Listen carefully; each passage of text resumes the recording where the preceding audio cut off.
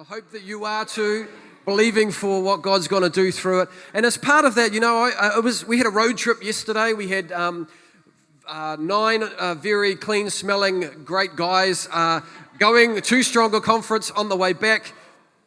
Not so sure, but it was a great time to be able to connect and to really get to know some of our men in our church. And I came away feeling inspired. We've got some good men in our church. We've got some great men, some strong men. And as part of that, I've been when you're in a 9-seater van and there's 9 of us, someone has to sit beside the pastor who's driving, and that's a pretty rough deal. But I had a pretty good chat to Rian. I hope I got that kind of roll on that. Oh, yeah, okay, getting the nods there at the back. And it's been awesome to get to know them. And you know what? They have had a miraculous journey to come to New Zealand. And so I've asked them to come and share a short journey because it's 2 hours to Rotorua and there wasn't much breathing space. He's a great talker. So I've asked the 2 of them. Why don't we give them a hand? Rian and Bernadette are going to come and just share some of those miracles that took place for them to come to New Zealand. Great excitement on the front row. Why don't we give another hand, church? They're coming forward. I'll pass the microphone over. Hi guys, I'm Rian. I'm a purebred South African. Born there, bring up everything. I bring my wife here because Pastor Ryan said to me, it's my beautiful wife, Bernadette. So by the way, I bring her with me because Pastor Ryan said I need to do the short version. And I don't know how I'm going to cramp the whole 2 hours there, 2 hours back, 4 hours into 5 to 10 minutes. So I've got my backup. So for the people that don't know our story, it started a week ago when God said we must leave South Africa. Okay, not a week ago. It's apparently a while ago. So, yeah, it all started in a church service where God put on our hearts that we must pack up and go. So we had a very good business back at home. There was no reason for us to leave, but we got uncomfortable with the comfortable. It's weird. Some people don't understand that. So it was in a service where God said, the pastor preached, and they had prayer for people to go to the front, for pioneers. If you have something to get into a country for pioneers.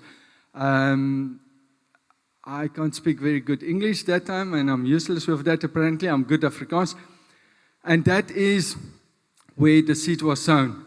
I stand up and walk, and my wife was like, what's happening with this dude? Sit.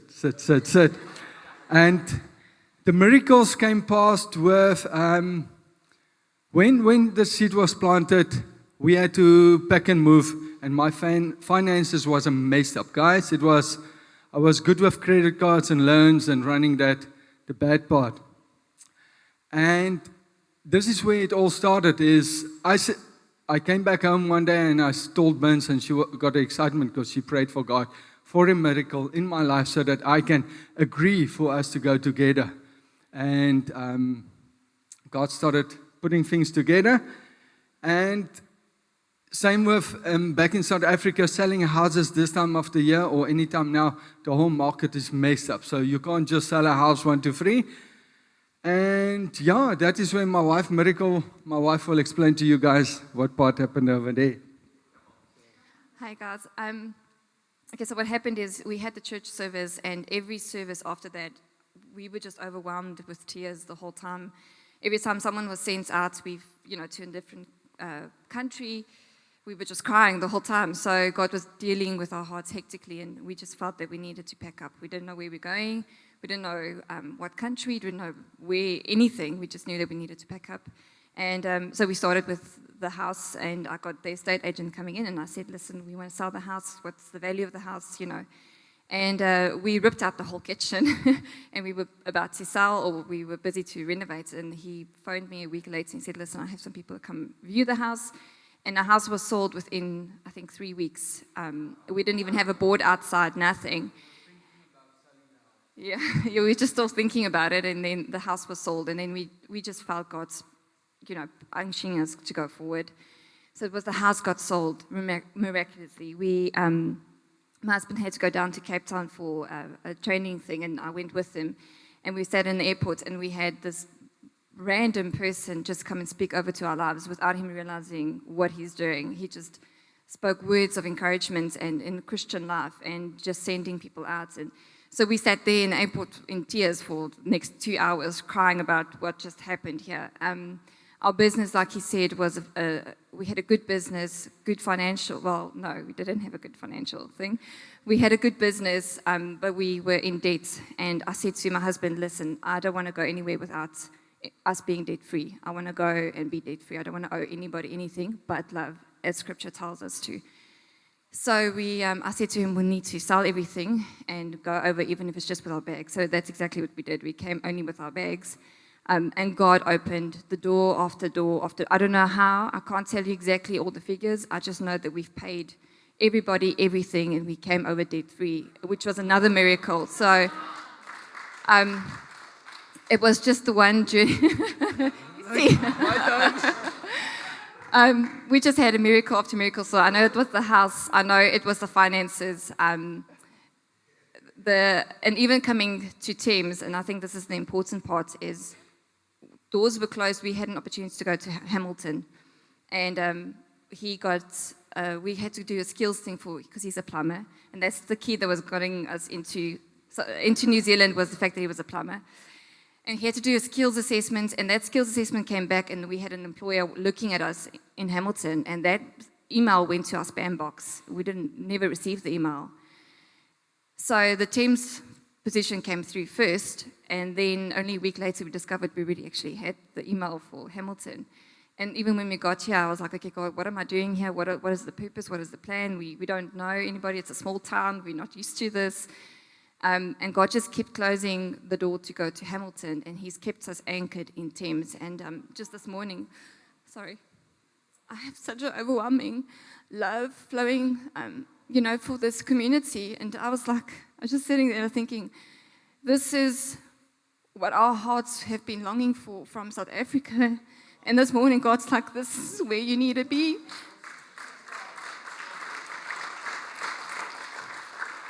So I don't know all the details. I don't know what the future's holding. But I know we're here. We're here for this reason and this season right now. So please invite us for coffee so we can get to know you. Yeah, the coffee part, please, guys. This is the short version. I can keep you busy. If you book for coffee, make it 4 to 6 hours. I'll spot around. So make sure my door is open anytime. And another miracle that God worked on my heart, guys, is God worked on a big miracle that I can bring my wife and leave my Land Rover. You know how hard was that? I had to leave my Land Rover for my wife. So God do miracles. He worked on men's hearts. No, I joke. So guys, thank you very much for this time. Come on.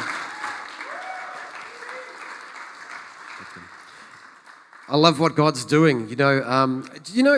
Interestingly, I don't know what God is doing, but I'm really excited about the fact lately we've had a number of international people coming into Thames specifically for, we're just obeying God. So God's stirring something up, and it's pretty exciting. And I was blown away by the testimony. I really encourage you to get to know these people. I know that Rian really likes flat whites because he had lots of them while we're away, and we needed it because we didn't have a great night's sleep.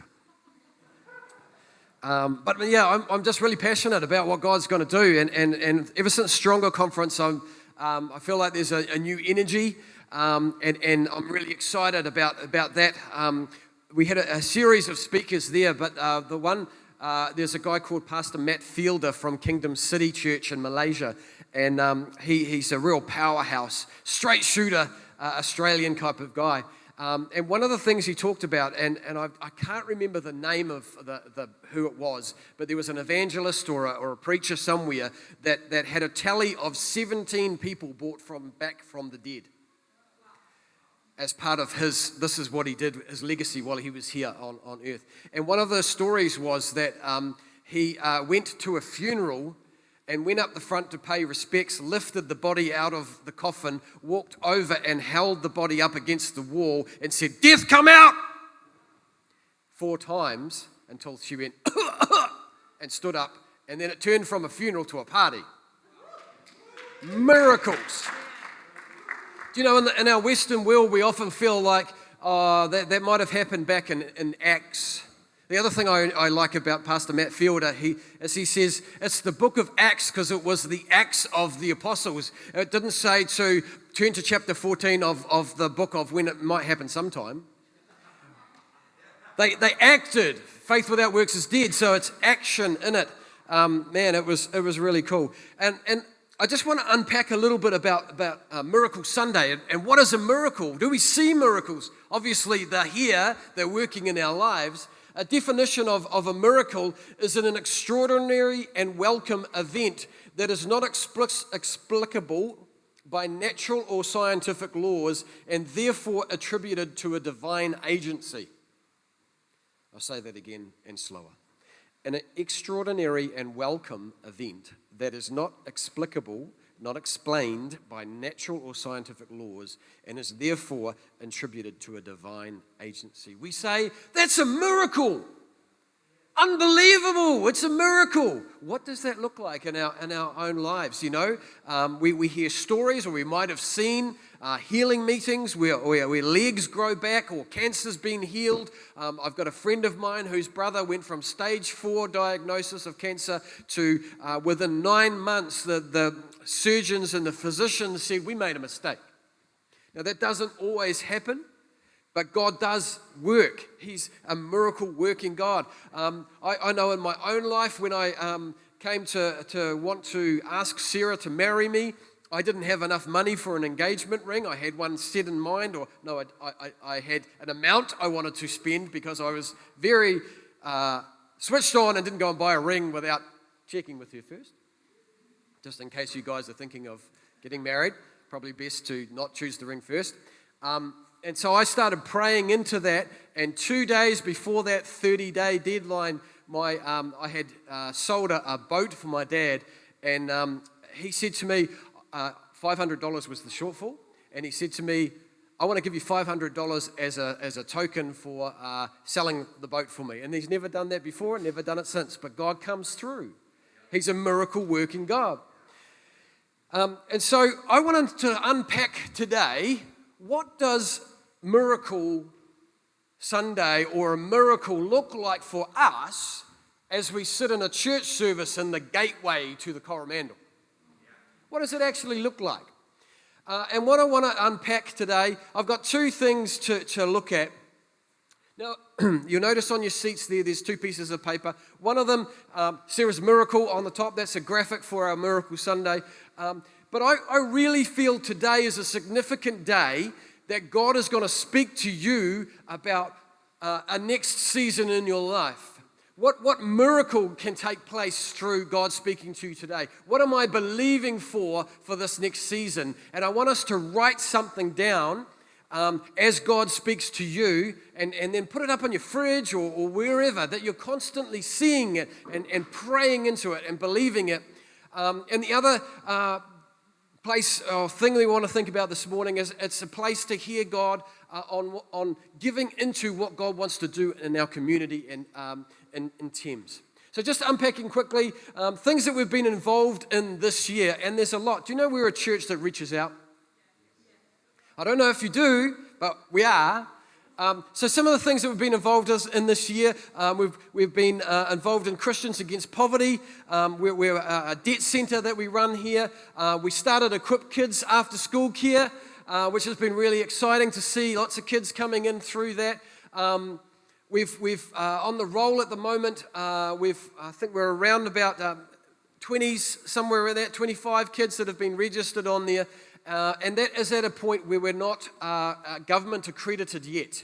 So when we become a government accredited agency, an Oscar approved agency, WINS are able to fund all the costs involved in it. And so once that tick gets there, I reckon the doors are going to fly open. And the word on the street's been really positive about our program. We've done the midwinter Christmas lunch. We've done Heart Week. Very shortly, we've got our next wave team coming from Equippers College. We're going to have a light party involved in that as well. We've done Father's Day, Mother's Day. At Easter, we did the amazing race.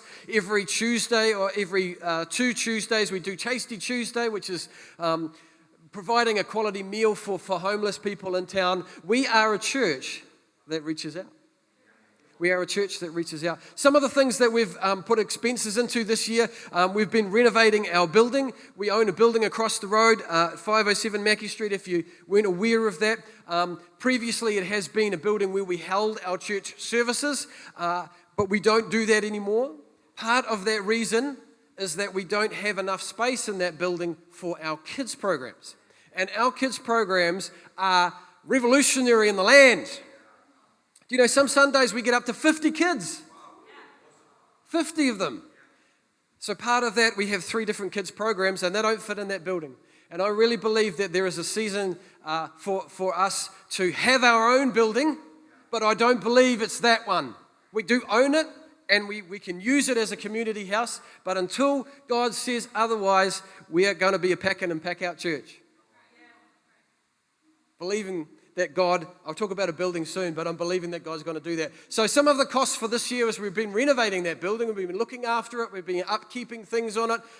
We've been involved with starting up the Equip Kids. We've been helping fund CAP as well. Our community outreaches, we gave into Equippers Tonga. They've been building a school there, which is doing phenomenal things in the kingdom of Tonga.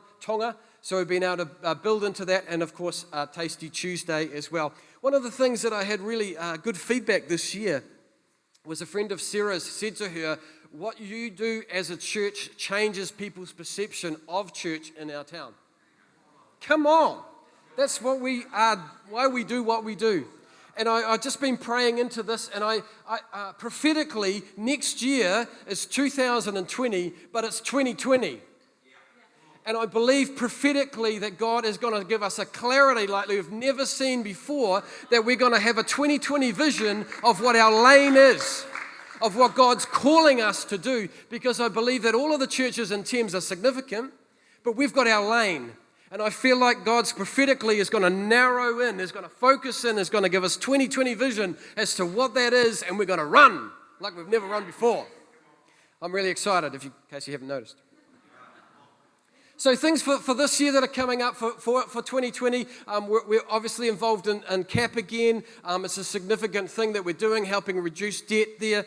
We're going to look at community outreaches. I'd love to do a missions trip to Tonga. I know that the kids have already organised. Do you know that? I don't know if you know. But our kids, off the back of their own initiatives, have been fundraising in the background because their initiative is we want to go to Tonga and have a missions trip there. That wasn't anything to do with any adults. It was the kids saying, we want to do it. And I think the adults should be going too. Let's do a missions trip to Tonga, so that's going to be on the cards. Obviously, with Equip Kids, we're going to continue backing that because we believe it's an important community initiative. And the other thing, as I drive into the church office every day, I think we need to do a roof paint on our building because it's looking pretty sad with all the bird droppings and everything that's on it. So that's going to be part of it as well. The question to you this morning, if you're still tuned in, I hope you still are. Have you seen something in your life that really affects you? Have you seen something that stirs up inside of you? Something that thinks, that's not right. I've got to do something about it. See, it might be a group of people that are hurting, or maybe it's people that have been abused or neglected, or they're just alone, but there's something that's inside of us that stirs up. It's a divine burden, something that upsets you on behalf of God. Something that moves you in a significant way. So here's a thought this morning if you're taking notes. Hopefully some of you are, not just on Facebook. The burden you bear often reveals the calling that you'll embrace. The burden that you bear often reveals the calling that you embrace. See, the thing that tends to upset us, or unique to me, will often drive us or compel us into a ministry that makes a difference in the lives of someone else. See, the interesting thing is that you really ever know when you're on the front end of something really special for God. Because sometimes we're just doing our everyday thing, and then we're just like, man, I don't know why I'm being stirred up so much in that area. And it's not the same as the person that's sitting beside you, because you're unique. And it's not you're unique as you're weird. It's you're unique as in God has designed you. You're His masterpiece, but He's got a plan that's unique to you. I think about the story of Christine Kane. She's a speaker at Sisters Conference just recently. She's doing phenomenal things in the anti-trafficking side of things around the world. Every year it's growing and growing. All the time I see updates of this person was saved from that trafficking and this person is in a new home now and a new way of life. And she started this organization called A21. And she had a burden on her heart. She had things that had happened to her in her life that then stirred something up inside of her and said, that's not good enough, I've got to do something. And that burden is what I'm talking about this morning. Or maybe you're just in the early stages of starting something up and you have no idea that you're on the front end of something that could impact the lives of people. You know, that's why we do what we do as a church. Because we have something stirred up, we see a need and want to meet that need. You know, that's why we've signed up to Christians Against Poverty, because there's a lot of people in debt. And I don't believe that's God's ideal for people, is to be in debt. And when we actually, as a church, we spend a significant amount of money investing into that concept so we can help people in it. That's why we run a light party every year. We want to provide an alternative for people dressed up as demons and darkness and move people away from the darkness of this town to the light. That's why it's called a light party, just in case you're wondering. That's why we have a community meal that reaches out for the homeless and for families that find it hard to put things on the table. That's why we do what we do. That's why we sow into miracle offering. That's why we put aside our preference and our wants and seek God to what He wants for our lives. It's also an opportunity to seek God for that miracle that you're believing for. And my track changed from being at Stronger Conference because I believe that God wanted to really land this thing. What is the miracle that you're believing God for? Believe again. Believe again. You know, we've heard the story this morning about the miracles. That's the short version. Believed you me? But those guys are awesome. God saying, yes, obey. Right? How hard is that? Leave behind everything they've ever known, come to a country full of awesome people, come to a town full of awesome people, but they're working by faith.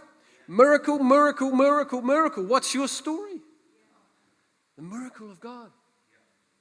I'm believing that God's going to come through for people today, that the dream that's been quiet, that God's dream will be awakened again. Today I want to have a look at some thoughts from Nehemiah. We've talked about it a lot. One of our slogans for the year is we're building something here. We're doing something in our community. And Nehemiah really, when we look at the book of Nehemiah and look at what he did and how he built the wall and he didn't come down and he focused on that. But there's so many thoughts to unpack from it. So I want to have a look at 4 points today. There's an extra anointing because normally there's only 3 points in a sermon, but today there's 4, so you're in for a good ride. Are you tuned in today? Good. So my title of my sermon today is Do the Work, Make a Difference. Do the work, make a difference. So the context is in 587 BC. I don't think anybody was born then. I see there's a few chuckles there. I know it was a dad joke, but work with me. Wow, tough crowd today. Anyway, 587, King Nebuchadnezzar, who was a very evil king, led the Babylonian people and attacked Jerusalem. And those people destroyed the temple. They destroyed the city, the lifestyle, the culture, and the values, and they took the Jewish people into captivity into that time. They crushed their spirits and left them demoralized beyond any hope. And if you fast forward decades later, some of those Jewish people returned out of captivity back to Jerusalem and to rebuild. And if you can imagine, they're going back into a demolished city. There's no economic structure, there's no jobs, there's pretty much nothing, and they feel like there's no hope. And the early travelers went back there to try and rebuild. They hit a dead end and couldn't get anything going at all. Now, 140 years later, after the destruction, an ordinary, everyday guy called Nehemiah rocks up onto the scene. He was not a pastor. He was not a priest. He was not a bricklayer. He was not a prophet. He was not a contractor. He wasn't even verified on Instagram. He was an unknown. He was an ordinary servant, a cupbearer to the king. There was no formal or appointed position, but what he had was God-ordained passion. I don't know who this is going to speak to this morning, but I think that some of you who are listening right now, you feel like you don't have a position, or perhaps you haven't been commissioned as yet. But what I want to say to you is that you do have a passion from God about something that matters, and that qualifies you to make a difference. That's what the qualification is. How do you do the work? How do you make a difference? Well, I want to give you, as I said before, four thoughts today. First one, seek God faithfully. See, again and again and again and again and again and again and again and again, Nehemiah sought God in prayer. Again and again and again. And just in case you didn't get it, again and again. Somewhere between, so the story tells us that Nehemiah heard the news about his people in the month of Kislev. Now that's somewhere between November and December. He starts praying until the month of Nisan. Now for those car lovers out there, you automatically go to the Japanese word, but it's been around for a lot longer than that. What it actually is there's 4 months in between. He heard and he sought God, and for 4 months he prayed and prayed and prayed. And you think, why is he doing this? Well, what he's asking to do is he's entreating, he's seeking God to lead his steps. Because it's really an impossible situation if you can imagine that a cupbearer goes before the king. The cupbearer was the person who drank the wine to make sure there wasn't poison. Hey, anyone want that job? You might be drinking a lot of wine, but one poison cup, yeah, you're out. But the thing was that there couldn't be the king unless he was opened out his scepter and received the person in. They worked really hard for the king not to receive any bad news. So anybody bringing a bad news to the king was almost going to be chopped head off right away. So you can imagine the scenario in there. And I don't know about you, but I think I'd be entreating God. If God said to me, I want you to go before the king and I'm the cupbearer with some bad news, I think I'd be praying too. So I just want to quickly read through. In the month of Nisan, in the 20th year of King Xerxes, when wine was brought before him, Nehemiah says, I took the wine, I gave it to the king. I have not been sad in his presence before. So the king asked me, why does your face look so sad when you're not ill? This can be nothing but sadness of heart. Interesting. How good was this relationship that the king knew, right? He said, I'm very much afraid, but I said to the king, may the king live forever. Why should my face not look so sad when the city where my ancestors are buried lies in ruins and its gates have been destroyed by fire? The king said to me, what is it you want? Then I prayed to the God of heaven, and I answered the king, if it pleases the king, and if your servant has found favor in his sight, let me send him to a city in Judah where my ancestors are buried so that I can rebuild it. Then the king, with the queen sitting beside him, asked me, how long will your journey take and when will you get back? It pleased the king to send me, so I set a time. I also said to him, if it pleases the king, may I have letters to the governors of Trans-Euphrates, so that will provide me with a safe conduct when I arrive in Judah. May I have a letter to Asaph, keeper of the royal park, so he would give me timber to make beams for the gates of the citadel by the temple and for the city wall and for the residence I will occupy. And because the gracious hand of my God was on me, the king granted my requests. So I went to the governors of Trans-Euphrates and gave them the king's letters. The king had also sent army officers and cavalry with me as well. You can read it in the book of Nehemiah, chapter 2. Interesting how the king knows that he was sad. See, that wasn't the time to start a 4-day retreat. He'd already worked on that beforehand. This is a man who's walked intimately with God, and now he can just talk to God. So in the middle of that equation, it wasn't like, God, come through for me right now. He'd already been doing that, and he was ready to ask the question, to put forward. See, it's a great thought, being able to pray long and powerful prayers with God so that in the moment you're already close to Him and you can kind of send like text-like prayers to God, back and forth. See, we've already been talking. It's not one of those, when I'm really having a bad day, I might talk to God. Or it's not every month I have a chat to God when I'm needing something. We've already been talking. We're not just catching up on a devotional time. We're walking intimately together. God, direct my steps. God, show me what to do. I don't know how to do this. Text like back and forth. And there in the presence of the king, the king says, what do you want? And he says, then I prayed to God of heaven and I answered the king. Because there's nothing too big for God, right? Do we believe that this morning? Nothing too big for God. But I believe that God is a God that cares about the detail. He cares about what's going on in your life. He cares about it all. If it's a burden to you, you can take it to God.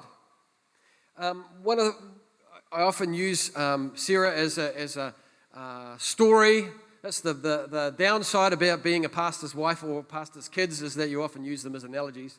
But I remember in Auckland one time, I was working on the house and Sarah was away. I don't even know whether she was in the picture at that point. And I remember praying to God, not outwardly, not even a conscious prayer, but just a sadness of my soul, if you like. Just thinking, God, I really would love to have a wife like this. And I left it at that. It wasn't a conscious thing.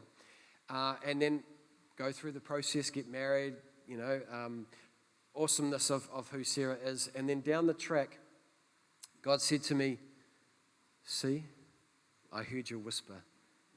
And as Sarah had done something, and God said to me, see, I heard your whisper. See, God cares about the details.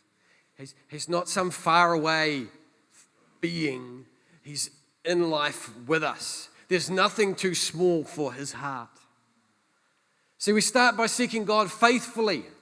God, I need you. God, direct me. God, guide me. And that's for 4 months Nehemiah faithfully sought after God.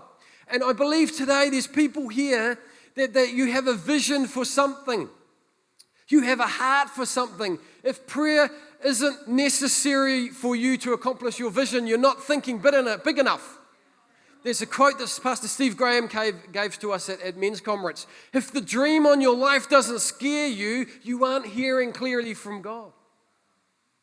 Because God's a big God.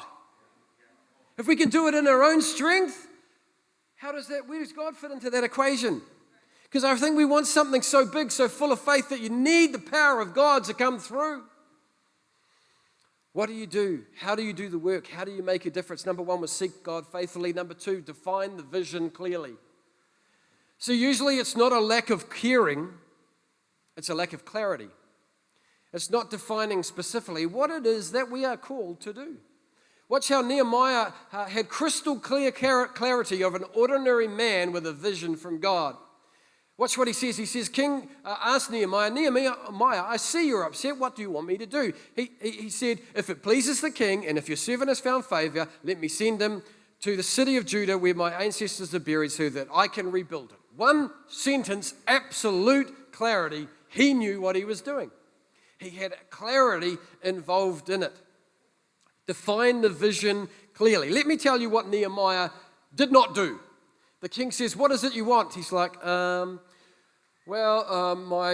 cousin was, he went across and he saw some building that wasn't so good.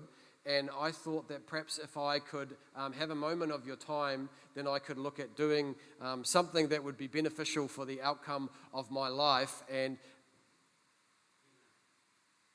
he didn't say that. He didn't know. He wasn't in a state of, I actually don't know what I'm trying to say here. He came prepared for what he was going to say because he had a mission to do. Maybe today it's not a lack of caring. Maybe it's a lack of clarity in regards to the call on your life. What do you want to do? What is it that God's calling you to do? What is your unique stamp on your life? Some of you might say, I'm going to help children. Okay, how? Which children? Those that don't have their basic needs met, maybe those that can't read, maybe those that have been abused, maybe those that don't have a home. Where? In our town, in New Zealand? Is it a global thing? Is it a national? Clarity. Define the vision. What is it that you're called to do? What is it very specifically that God is calling you to do? Here's the deal. If you can't define it, it's unlikely that you're going to do it. If you can't define it, it's unlikely that you'll do it. See, it's not a... Now, let me explain something here. The church is not a building. I won't go and sit down, but the church isn't a building. It's not the church do this or the church do that. You are the church. We're all the body of Christ. That's what it talks about, the church. We've all been given gifts and talents to use. What is God calling you to do? The church can be a means to achieve your vision, and Miracle Sunday can be a vessel for that. But you, as the body of Christ, you as the church, what is God calling you to do? Nehemiah says, please send me to Judah so I can rebuild the walls. In a sentence, what is it God's calling you to do? In a sentence, incredibly clear. Can you define the God vision for your life in one sentence? I don't know whether I can right now, but I'm definitely going to work on it. What does it look like? You might say, God's leading me to lead our family to be completely debt-free, except for our mortgage by the year 2022. That's clear. That's definable. That's perhaps doable. Maybe God's leading me to have a personal conversation about Jesus with every person at my work by the end of the year. Maybe God's calling me to help every guy that I know overcome addiction, or every woman that I know who's struggling with depression, or, in a sentence, what is it that God's calling you to do? How do you do the work? How do you make a difference? You seek God faithfully, you define the vision clearly, and you make plans carefully. Point 3. The problem is, a goal without a plan is just a wish. I see the planners are nodding. Preach that. The ones who are not the planners are like, oh man. Make a plan, honor God. See, sometimes the most spiritual thing we can do is actually get organized. See, God's a God of order. As a systematic God, we lived in a solar system. There's 7 days a week every week. There's not 8 some weeks and 6 some weeks before. There's not 372 days a year. God is a systematic God. I love how clearly Nehemiah is about his plans. In verse 6 it says, then the king, by the way, with the queen sitting beside him, you know it's going to be good when the queen's sitting beside him, and he's like, has a little nudge, yep, that's okay. For those that are married, yeah. Yeah, good. Greg's the truthful one here. All the other husbands are just like ducking for cover. The king says, how long will your journey take and when you'll get back? He didn't say, I don't have a clue. I'm not really sure. I'll get back to you on that. He says, no, what he says is, it pleased the king to send me, so I set a time. Whatever that time was, he was specific with the king, and he said it. And then he said, if it pleases the king, may I have... Give me some protection, give me some charge, give me some provision. He was really clear because he'd already sought God. He was already clear with what his pathway was, and he already was ready to roll because he created a plan. He said, this is how I'm going to accomplish it. You kind of get the ball rolling. How about this? How about we plan to do the next right thing? There's a few confused looks out there. If I look at how do we rebuild these walls, or how do we connect with our community, how do we get people to know Jesus, it's simple really. Do the next right thing step by step. Faithfulness by faithfulness. Success is not achieving some accomplishment out there in the future. Success is being faithful to do the right thing today. What's your plan? We think this, and then we do the next right thing and we execute it. So what is the next right thing for you? Do you have a passion and a burning up inside of you? Do you start a ministry? You do the next right thing. So you feel like you want to start a ministry, right? And that's cool. We were in a church here, a body of Christ, want to start a ministry. Do the next right thing. Have a meeting with someone else that is doing what you want to be doing, take a tour, come with questions. Don't do all the talking. Ask the questions. Find out more about it. Go down that pathway.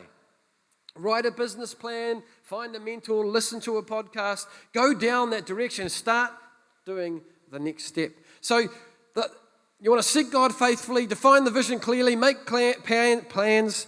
I'll slow down. My auctioneering day is starting to come out. Number 1, seek God faithfully. 2, define the vision clearly. 3, make plans carefully. Number 4, inspire people passionately. With every great thing for God, I don't know whether you've noticed this, but with every great thing for God, there is spiritual opposition. We are in a battle, whether we like it or not. And sometimes that can even come within the body of Christ. Sometimes we feel discouraged, we feel like maybe that God isn't with us, or we're failing and we're not getting it done, and we might feel that we'll never be able to accomplish what it is that God's given us to do. And what Nehemiah did again and again is he reaches up deep within his soul and inspires people as a result of it. We look at how he talks to the people, and he says to them, he acknowledges that things aren't good, and then he says, you see the trouble we're in? That's pretty authentic, right? Authentic Christianity. We're at that point. Then he says, come on everybody, people who believe, people from our homeland, people of the one true God, the God of Abraham, Isaac, and Jacob, let us rebuild the walls of Jerusalem and we'll no longer be in disgrace. And then he said, I told them about the gracious hand of God on me and what the king said to me. God is working with us. God is with us. God is with us. That passion and purpose that we're wanting to achieve in it, are we talking about it? Are we inspiring people to come on board with us? Inspire the people around you to believe that God is for what we're doing, that God is with us, that He'll never leave us, He'll never forsake us. He's empowering us. He's going before us. He's opening the doors that we don't have the power to open. He's giving us favor with the hearts of the people. Our God is with us. You know, there's a quote from John Wesley, light yourself on fire with passion and people will come from miles to watch you burn. Pretty morbid thought, but light yourself on fire with passion and people will come from miles to watch you burn. You know, I think about the story of Bethel Church, or specifically Bill Johnson. He started out in a place called Weaverville. Positive kind of a name, isn't it? Weaverville, a town of 3,500 people. God birthed something in that place, that there was a revival started in a town full of 3,500 people. From that, went to Redding, California, and has changed the world for God from Bethel Church. They've just built a $96 million facility, debt-free, as part of their expansion as to what, you know, the Bethel worship songs that we sing, everything that's involved in it, but it started from a town of 3,500 people. Imagine if people said it started in a town of 8,000 people. Thames, Coromandel. Imagine being able to tell our grandkids, I was part of a revival that started in the gateway to the Coromandel, in Thames. You know, we've had many prophetic words spoken over us as a church. We're going to be a hub of what God's doing in it, spokes coming out to all different things. And I often reflect back on that. And then I think about Pastor Ed Moore, when he came in here to preach, you know, he ran the race and he passed the baton. And then he said this prophetic word that is going to happen in our time. Come on, that's got to be exciting. We don't even have a tithe of people saved in our community. You know, you do the math across the churches in our town, and we'd be lucky to have 300 people in church on a Sunday across the board. I know the numbers of all the churches in town, and we're lucky to have 300 people. If we've got 8,000 people in our town, 800 people would be a tithe. Can we see it? Can we see it? We've probably got 70, 60 adults here today, plus kids. You know, we typically sit around 100 to 120, some Sundays 140. What is it going to look like to see us as a church of 200? What is it going to look like to see us as a church of 500? What is it going to look like to see us as a church of 800? What does it look like to see a church of 1,000 people? What does that look like? Can we see it? Have we got faith to see it? What does it look like to have a building that encompasses 1,000 people every Sunday? I'm believing that as we continue to do what God's called us to do, that the building will come. Imagine what it would look like if the church occupied the Toyota plant. Why are we thinking 100 people sitting in a room? Why aren't we thinking of the bigness of God? What does it look like to have acres of land that God, what does that look like? Anybody got any friends here? Okay, so either people aren't listening or they've got a little bit of a sad situation and I'd like you to come for prayer at the end of the service.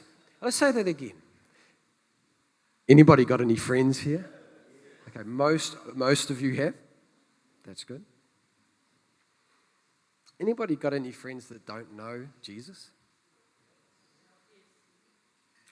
Anybody got any friends that have never had a miracle of God on their life? Anybody got any friends that have never had freedom? Ooh. Anybody got any friends that have never had the grace of God on their life? Anybody got anybody in their life that have never known the blessing of God, that been set free from the chains of oppression? This is why we do what we do as a church. I'm sorry, guys, but it's not all for you. These empty seats need to be filled of people who are hungry for Jesus.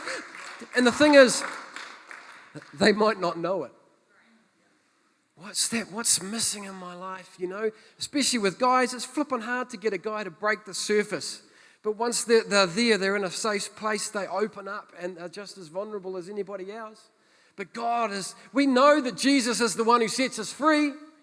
But we need people to invite people to church, get them in this environment, get them worshiping God. The encounter, the presence of God just smashes people, breaks chains. If you think that some people are too far from the reach of God, I want to tell you this morning, there is no person that God's Spirit can't touch and bring them in a moment into His love and grace. What burdens you? What do you care about? What is your lane? What is it that breaks your heart to the point where you just can't keep it to yourself? We can help people be free of addictions. We can help save marriages from divorce. We can help people heal. Believe that and inspire people about it. What's your testimony? Man, I know that God has come through for me. I want the boldness to be able to transition that from this is what God's done in my life, He can do that in you. That's the thing I love about AJ. He's an evangelist. The transition is so smooth. We can learn a lot from our brother AJ in that we talk, often we can talk this, but we don't know how to transition it to Jesus changed my life. What does that look like? Because I believe this place, we'd be putting seats right out to the back if we have those discussions with people. See, the burden that you bear often reveals the calling that you'll embrace. If you're an ordinary person, welcome to the club. You don't need to be qualified. You don't need to be prepared, because that actually makes you the perfect type of person that God can use. It's not about your qualifications. It's about, God, use me. So how do you make a difference? How do you do the good work? If we could have our awesome musicians up, that would be fantastic. Number 1, seek God faithfully. Number 2, define the vision clearly. Number 3, make plans carefully. Number 4, inspire the people passionately. You step out and you do what you can do. You run your lane, and then you watch what God does through your step of faith. It will be more than you could imagine. More than you can imagine.